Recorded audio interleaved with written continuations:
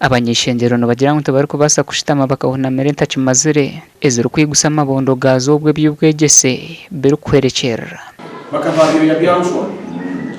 There's some buildings are there, but you see some buildings are there, but you look at the thickness of this wall. The thickness of the wall. The other one is like half of this.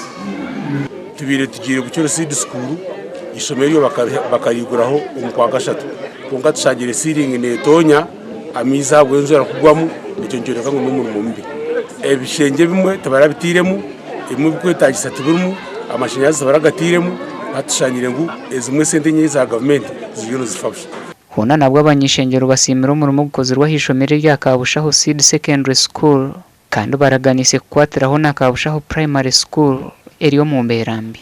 Kandi ngarike nsime Mama Janet, Minister wa Education and Sports, ahabwo kukunda Uganda kandi na munonga education sector. Nawe cy'Abanyabushenyi bampuri Abanya-Uganda mureke tugumize muntagira NRM Kunogera ngo tubaka batakwagira iyo bwegeso n'icyo ikabitu kandi kunogera ngo President Museveni taratira mani minje aha cyarweki ingere biruho bakuru b'amashomero ga government hamwe n'abazire bashabirwe butosha okushagika amashomero gombyanga byabo kandi yaba government aided kimanyisa ngo government ne kwatara ngo niwe ikintu cyawo kitwari baje siginganya batandika kugira ngo government iteke n'iki yakora kandi yo yeriyo kukwatara.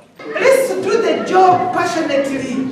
We should not be there just to occupy space, but we should be there and make sure we impact the community. Amagombora no mu district ya Bushenyi ngo gasigire gati n'ishomero rya government eri ya senior kandi umuruka gwanya rugoto gurukushangwa mugombora ya Nyabubare tugwini ishomero rya primary na rumwe eri ya government gasha kwa Mike Atwachiri.